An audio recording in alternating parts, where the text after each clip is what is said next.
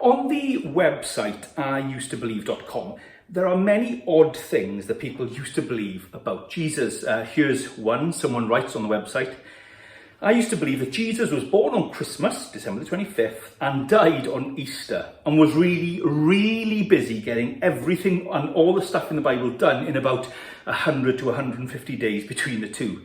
It wasn't for quite a while that I realised that he lived a little bit longer than from Christmas to the next Easter Sunday. It's a great little story, isn't it? I guess we've all had different ideas about Jesus and were wrong at one time or another about him. Let me give you reason number 1 from the Gospel of Luke, chapter 2, why Jesus is the greatest gift ever. Now, what kind of world do you think Jesus was born into? I mean, we've seen the nativity play a dozen times, and this Sunday we've got probably the best nativity play you've ever seen.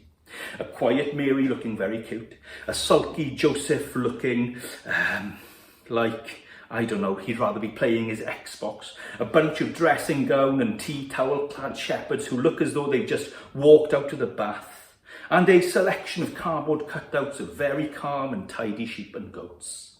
Even the innkeeper seems like a decent and upright member of the Bethlehem Rotary Club. But the true situation was very different.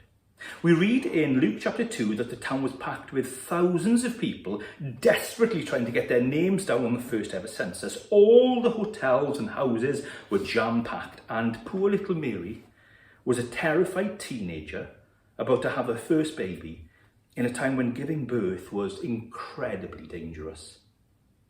And what did the town say? What was their response to this desperate young girl? Go and sleep in the shed. The cow shed, the stinking shed, the unhygienic shed. Go and fend for yourself. But then it gets worse. The king put a death threat on Jesus' life. In fact, a group of trained killers came and brutally murdered under 2-year-olds in the town. All of them.